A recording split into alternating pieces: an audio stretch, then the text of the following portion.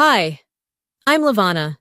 At my promotion party, the one night that was supposed to be mine, my sister looked me dead in the eye, stopped me from pouring a glass of wine, and said, "You're not allowed to drink."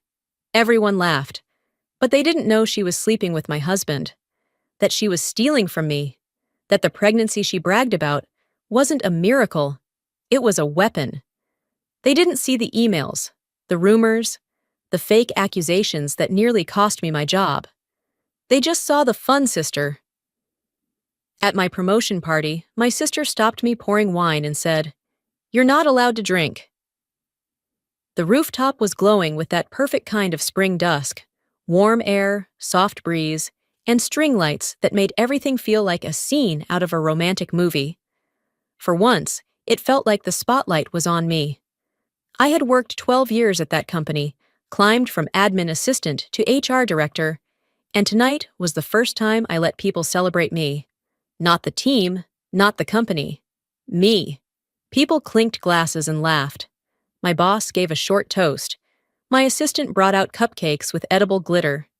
Dorian stood beside me with his arm around my waist, sipping from his wine, smiling at the right times. I told myself that was enough. I reached for the bottle of wine, something French I couldn't pronounce, and tilted it toward my glass. That's when Serafina said it, loud enough for every single conversation to die out around us.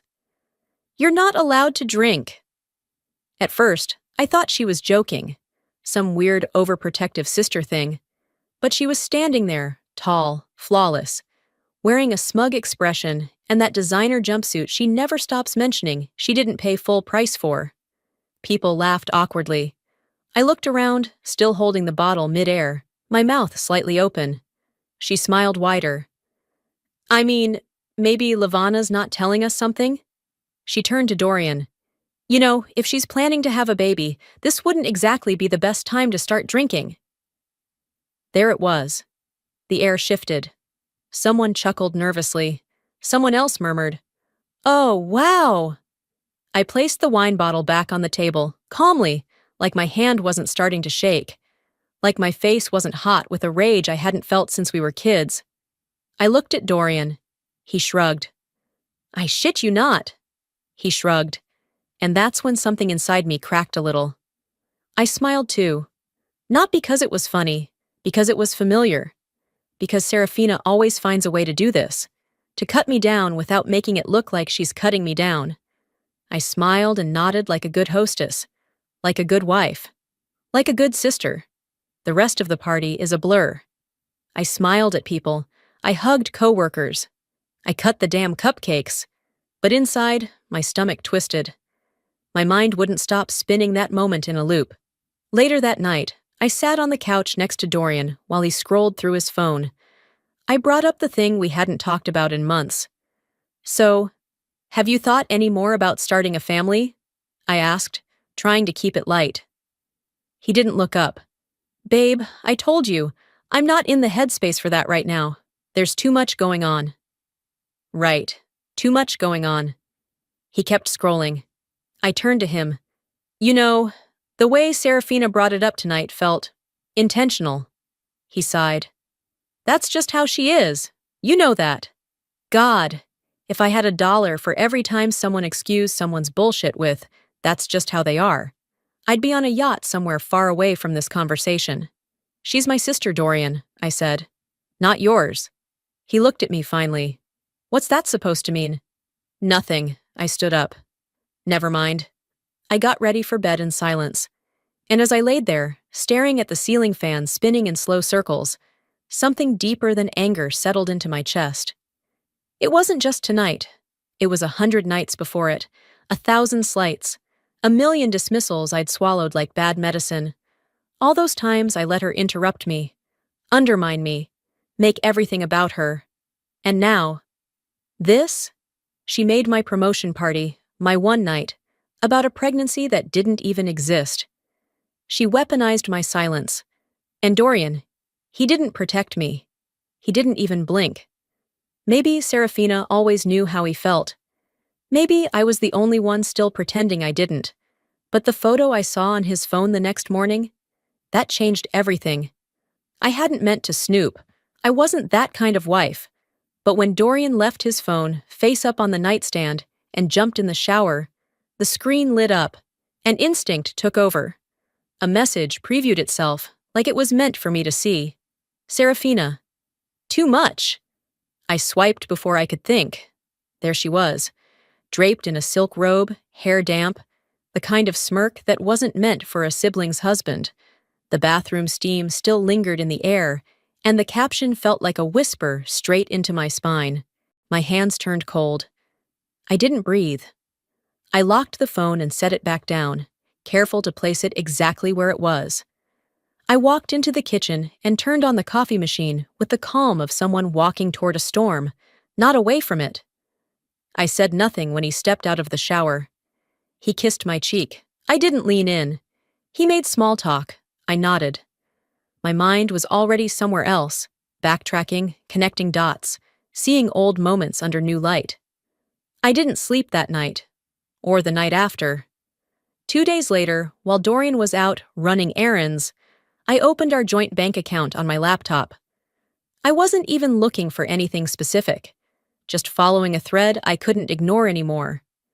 And there it was, month after month, like clockwork, $1,200 transferred to Serafina. Notes like helping out, for her move, family support. For 6 months. He never mentioned it, not once. When Dorian walked in and saw me staring at the laptop, he paused mid-step. Everything okay? I smiled. Yeah, just checking our expenses. He came up behind me, glanced at the screen, then casually reached for the remote and changed the subject. You want to order Thai tonight? I nodded. Inside, a wall came down. This wasn't a bad moment or a misunderstanding. This was a pattern. He wasn't just lying, he was comfortable lying. And she? She was counting on me never noticing. That night, I sat at the dining table after Dorian fell asleep. I opened a blank document. I started typing dates, transaction IDs, notes. Not for him, for me. To remind myself I wasn't imagining this. My mind reeled back through every moment I'd brushed off before. The way Serafina announced her engagement at my wedding reception. 4 months later, the engagement was off. The time she posted a photo of herself wearing the exact same outfit I'd worn the week before, tagging it #StyleInspo. How she volunteered to help with our anniversary party, only to turn it into a networking event for herself. And now she was inserting herself into my marriage, into my future, into my life, like I was just another stage she could steal. The memory of Dorian's shrug at the party replayed in my head, like a line from a bad play. That's just how she is. How many times had I accepted that excuse? How many times had I let people tell me I was too sensitive, too serious, too dramatic? Maybe I wasn't overreacting. Maybe I'd just been conditioned to underreact. Because the truth was, this wasn't new, it was calculated. She knew how Dorian felt about starting a family. Of course she did. That comment at the party wasn't random. It was timed, precise, like every move Serafina made. And Dorian, well, his silence was starting to sound a lot like permission. But if I was going to survive this, I needed more than gut feelings and assumptions. I needed proof.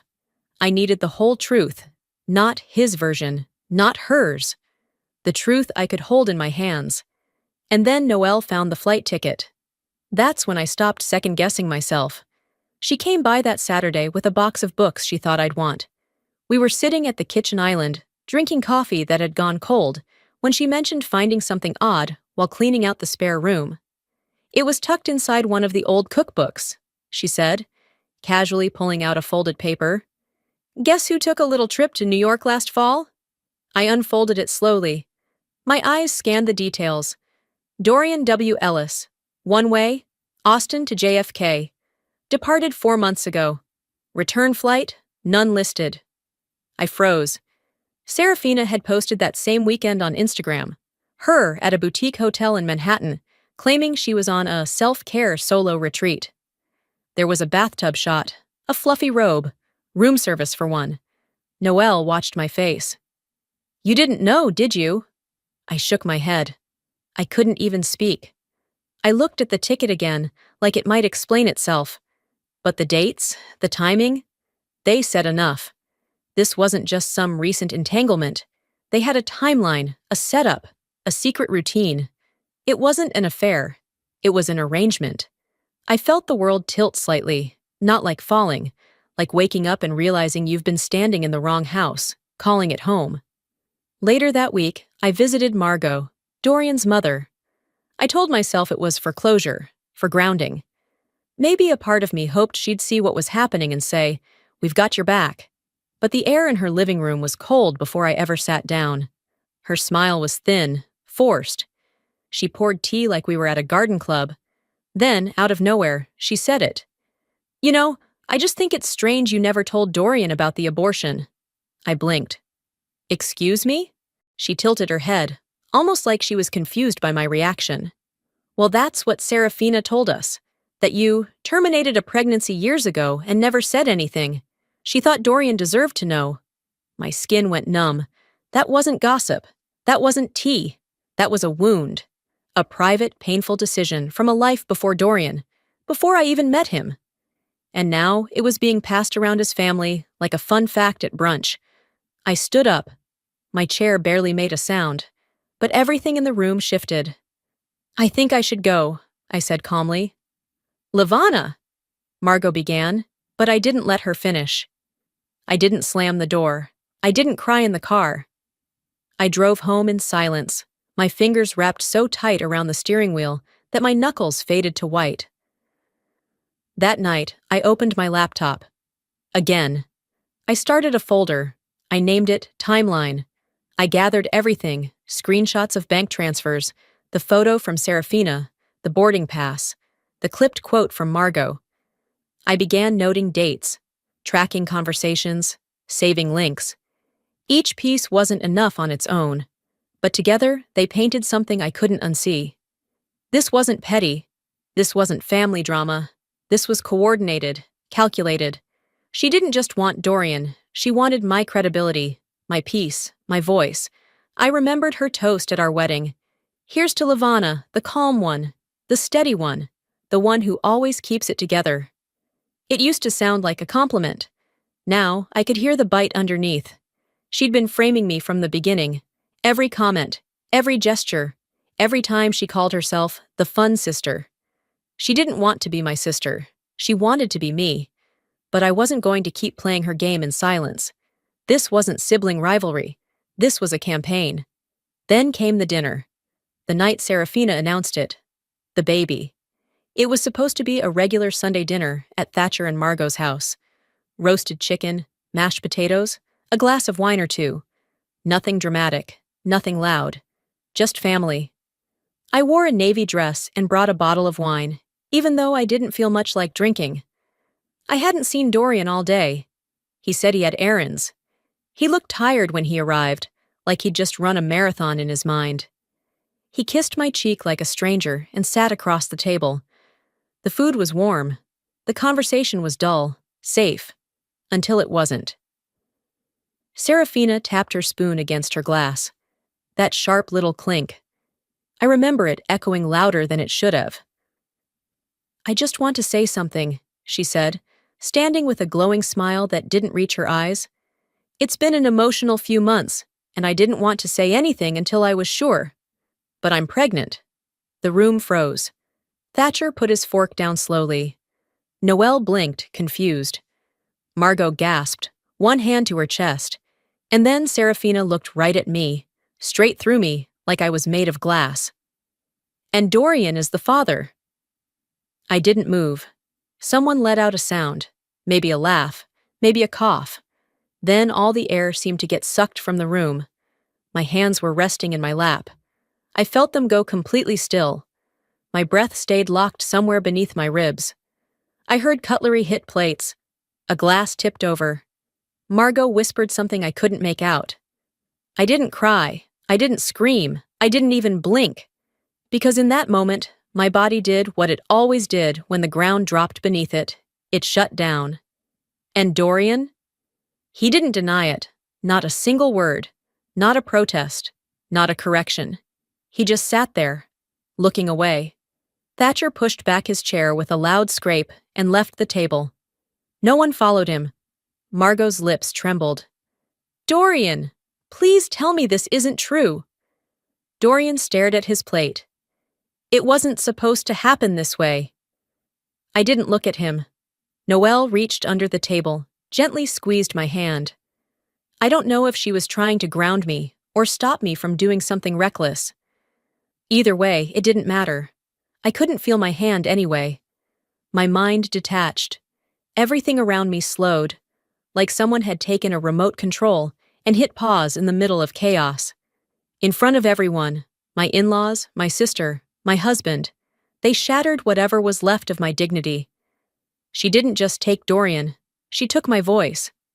I stood quietly, walked out of the room without a word. No one followed. Maybe they didn't know how. Maybe they were frozen too. I got in my car and just sat there, hands on the wheel, not driving, not crying, just breathing. I didn't want to go home. I didn't want to be anywhere familiar. So I drove. Aimlessly, no destination, just motion. I passed the bakery where we bought our wedding cake, the bookstore where I found the card Dorian wrote me on our first anniversary. All of it felt like props from someone else's life. I pulled over near the lake and stared at the water for what could have been minutes or hours. And in the stillness, something inside me began to shift. I whispered aloud, "I've spent years being quiet." Then I looked down at my phone, scrolled to a number I hadn't used in a while. "Jolene." I pressed call. When she answered, I didn't ask how she was. I didn't ask about her kids or her new job. I only said one thing. "Tell me what she did to you," I said. "Start from the beginning." Jolene didn't hesitate. We met at a little coffee shop tucked into the corner of a quiet street, the kind with chipped mugs and jazz playing low over the speakers. She looked tired, not the kind of tired from work or kids, but the kind that lives in your bones when you've carried too much for too long. Reimbursement. Next thing I knew, I was on probation. My stomach turned.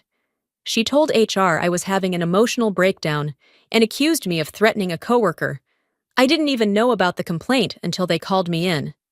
I didn't interrupt. I let her keep going. She did the same thing to another girl who started dating her ex, spread rumors, nasty stuff, said she was sleeping with a manager to get promoted.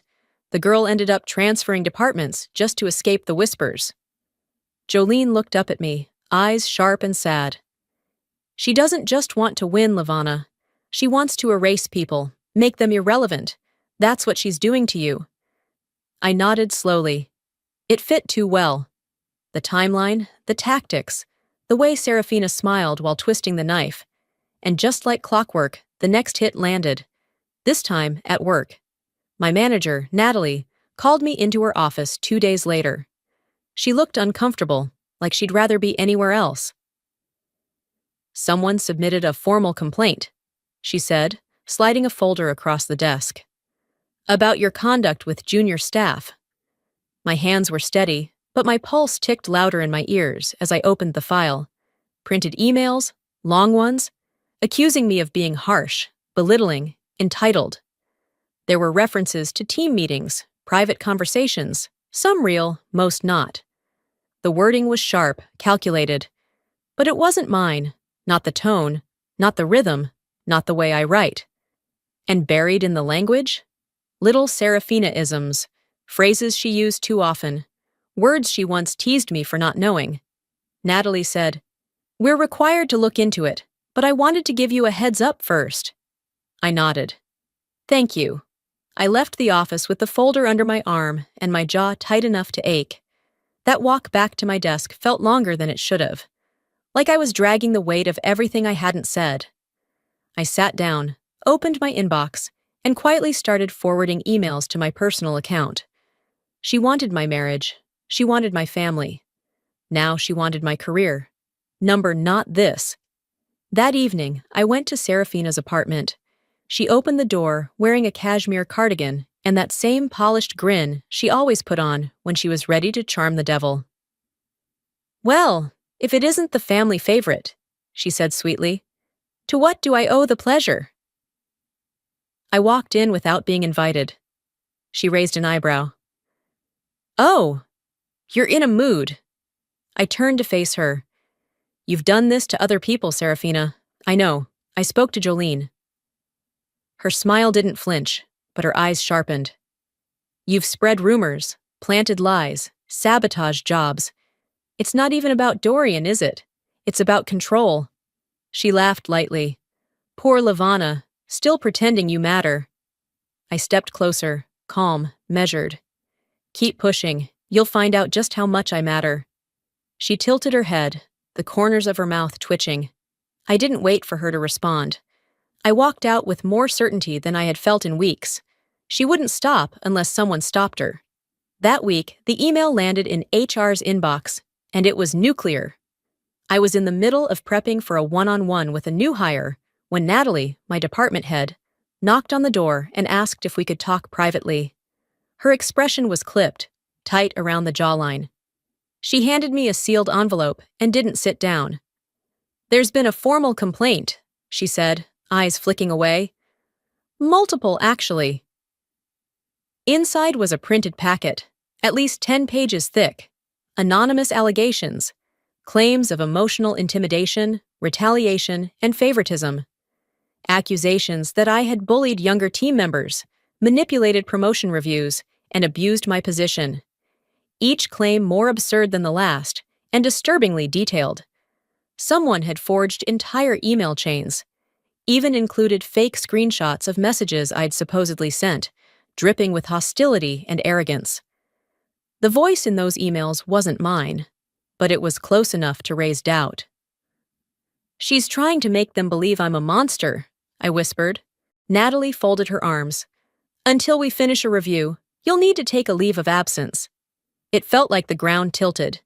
But I didn't argue. I nodded, gathered my things. As I walked out, heads turned. A few coworkers avoided eye contact. One offered a polite smile that didn't reach her eyes. By the time I got to the parking lot, the silence felt louder than anything Serafina had ever said. She wasn't just trying to ruin me, she was trying to replace me. And the worst part? If I didn't do something now, she just might succeed. 3 nights later, Thatcher called. He said he wanted to host a family dinner, a peace offering, to ease tensions. His voice was measured, careful, like he was testing the temperature before stepping into water. I said yes. Not because I believed him, but because I needed the table set. When I arrived, I brought a folder, a flash drive, and someone who had nothing left to lose. Jolene. Margot opened the door, and I could see Noelle in the background, nervously adjusting the placemats. Dorian was already seated, back straight, face unreadable. Serafina sat beside him, legs crossed, smiling like this was a reunion and not a reckoning. We skipped pleasantries. I asked to speak first. Then I opened the folder. Bank statements, weekly transfers from Dorian to Serafina, screenshots of messages, the plane ticket to New York, the emails she had sent in my name, planted, manipulative. And finally, the signed statement from Bryony, their former roommate, who'd once been burned by Serafina too. I slid it across the table to Thatcher. The room went quiet except for the sound of paper turning and breathing, becoming uneven. Dorian shifted in his seat. Serafina's fingers tensed on her wine glass. Thatcher looked up after 5 minutes that felt like 5 years. "You two disgust me," he said. Serafina's smile twitched, then disappeared. Dorian dropped his gaze. Margot's lip quivered. Noelle pulled out her phone, gently tapping it to start recording. Serafina noticed, and her mask cracked for the first time. "You're all just jealous," she said, standing abruptly. "You always have been. I was always better than her, more fun, more likable. Don't pretend otherwise." Thatcher didn't flinch. "You're nothing now." And for the first time, she didn't have a comeback. But Serafina wasn't finished. She was just getting started. Within days of the family dinner, the fallout reached my workplace again. But this time, from a very different direction. My attorney sent HR a detailed response, complete with a digital forensics report. The IT specialist had traced the IP addresses used to send the fake emails. Every one of them pointed back to a device previously logged into our home network, one I hadn't used in over a year, one that Serafina borrowed when hers died last fall. I watched Natalie read through the report in silence.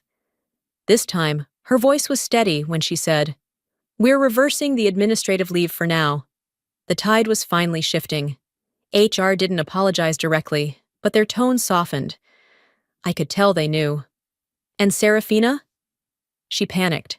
She started calling people, old coworkers, distant family, even mutual friends, trying to clear the air. Her version of damage control sounded something like this. People love to twist things when they're jealous. She's always been sensitive, you know? I didn't mean for any of this to go so far. Then came the vague Instagram post, a selfie with dim lighting and the caption, "Sometimes the ones who smile the biggest are hiding the deepest scars. Be kind." She wasn't subtle. She never had been. But she was desperate. And that's when she became reckless. That Friday, my personal laptop started glitching. I thought it was nothing. A restart, maybe a quick virus scan. But then a friend texted me a link, a burner blog, anonymous, half-baked, full of vague accusations and out-of-context images. And right there, in between broken grammar and dramatic headlines, were private photos. Photos from my phone. Photos no one had access to but me. Moments of me laughing with friends, screenshots of messages from years ago, spliced together to look like I was hiding something. Then came the texts, sent to my boss, a coworker, even Noelle. "Did you know Lavana was seeing someone behind her husband's back? Not surprised.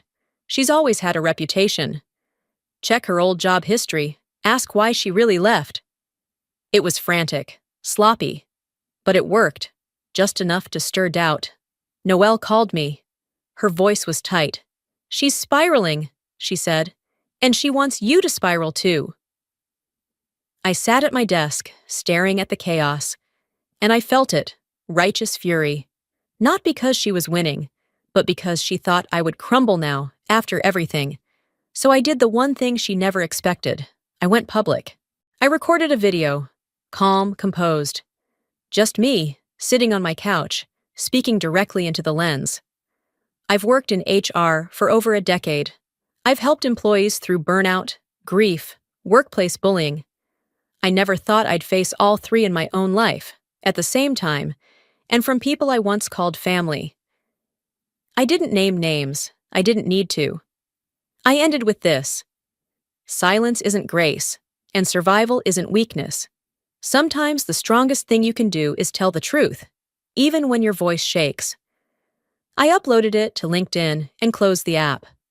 By the next morning, it had nearly 200,000 views. Messages flooded in. From strangers, from former coworkers, even from HR, offering quiet support behind the scenes. Thatcher texted me later that night. "You didn't just survive this, you led through it." And then, right on cue, Dorian showed up at my door with flowers and regret. He stood on the porch like he belonged there, like the last 6 months hadn't happened. The bouquet was his usual choice.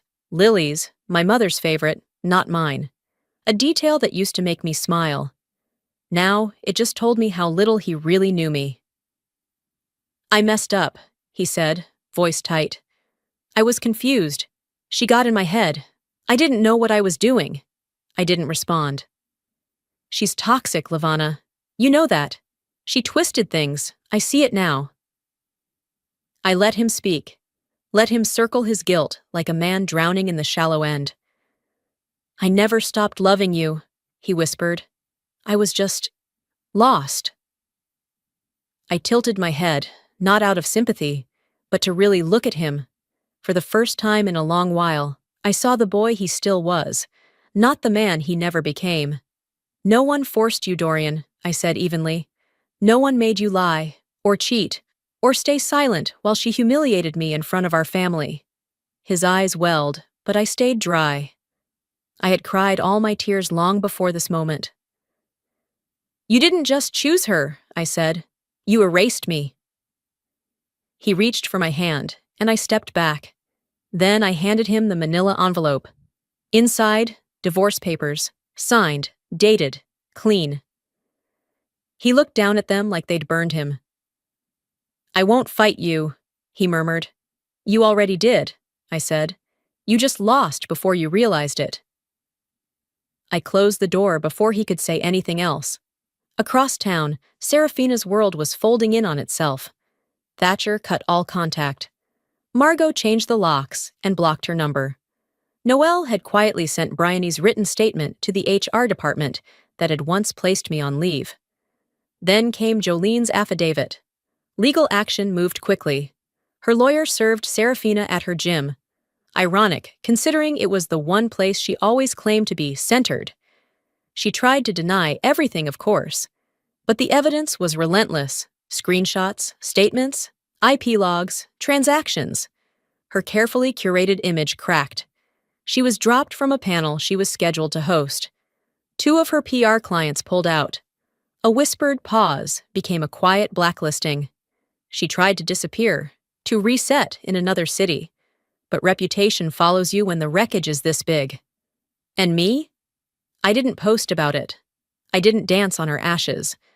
I simply exhaled. Because justice doesn't always wear a robe or slam a gavel. Sometimes it's just the truth, out in the open. I went back to the office once, quietly, to collect what was mine. My nameplate, my files. The cactus I kept on the windowsill. It didn't hurt, not anymore. The walls felt smaller than I remembered. My desk, less like a foundation, more like a weight I was ready to shed. I drove home, walked through the house one final time.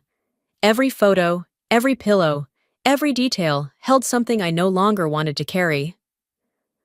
That night, Noelle and Thatcher took me to dinner. They toasted me, not for surviving, but for standing tall through the storm. And as I laughed for the first time in what felt like forever, my phone buzzed. A text from Natalie. "Seattle wants to meet. Opportunity looks solid. Interested?" I stared at the screen. So I booked the flight. One way. From the window seat, I watched Austin grow smaller beneath the clouds, the skyline thinning into memory. There were no texts left to answer, no glances backward. I hadn't told Dorian I was leaving. I didn't owe him that. And Serafina? Her silence was the only gift I'd ever needed. I remembered the first time I landed in Austin all those years ago. Young, optimistic, a little naive. I had believed in beginnings, in people, in love that stayed true. But I was leaving that city not as someone broken, just someone who'd grown out of what no longer fit. The plane drifted through a patch of sunlit clouds. I closed my eyes, not to sleep, but to savor the peace. For the first time in a long time, my body wasn't bracing for the next blow. Seattle greeted me with gray skies and clean air. My new apartment was modest, tucked above a flower shop, the scent of eucalyptus and lavender seeping through the floorboards. It was quiet, blessedly quiet. I unpacked slowly, one box at a time, as if giving each item permission to start over. I found a therapist. Started jogging again. Every Sunday, I volunteered at a local nonprofit where no one knew my past. They just saw me. The HR director from my old company reached out about a consulting position, remote, flexible, familiar. I thanked her and declined. "I'm building something different now," I typed. And I meant it. One evening, I sat by the window with a pen in my hand and paper I hadn't touched since college. I wrote a letter I would never send. "Dear Serafina, you didn't win. You lost someone who could have been your sister." I paused, then kept going. "You didn't just betray blood. You wasted it. You burned every bridge thinking you'd never need to return. But I'll still be standing long after the smoke clears." I folded the letter and placed it in a box marked "Done." I slid it to the back of the closet. Some wounds never really close. but I'd stopped trying to stitch them shut. I was learning to live with the scar and not hate it for being there. One morning, I wandered into a neighborhood bookstore. The barista remembered my name after one visit. I sat by the window with a cup of herbal tea, watching rain streak down the glass. A little girl at the next table let out a sudden laugh. Pure, full, bright. I smiled. No Dorian, no Serafina, no shadows waiting behind the door. Just me. And that was enough. This isn't revenge. This is resurrection. Sometimes it's not the betrayal that breaks you. It's the silence you kept before it. For a long time, I thought staying quiet was strength. I believed being the stable one meant absorbing hurt, letting things slide, keeping the peace no matter the cost. But peace built on denial? It always collapses. Eventually, it buries you. I've learned something the hard way. Your voice is not a luxury, it's a right. And when people try to steal it, that's when you use it the loudest. If you've ever been lied to, dismissed, made to feel invisible by someone you trusted, I want you to hear this. You are not crazy. You are not weak. You are not alone. Healing doesn't always look dramatic. Sometimes it's just walking away, choosing peace over explanation, signing the paper, booking the flight, telling the truth, even when it shakes your voice. That's what resurrection really is. And now I'd love to hear from you. Have you ever had to walk away from someone you thought would always be in your life? How did you rebuild after that? Or maybe you're still in it, still figuring it out. That's okay too. This space is for you. If this story touched you in any way, drop a 1 in the comments, or just share where you're watching from. If you didn't like it, I'm still grateful you stayed. Let me know why. I read everything, and hey, if you want more stories that go deep, that heal, that hold a mirror up to real life, hit subscribe and join us for the next chapter. Until then, be gentle with yourself. You're doing better than you think.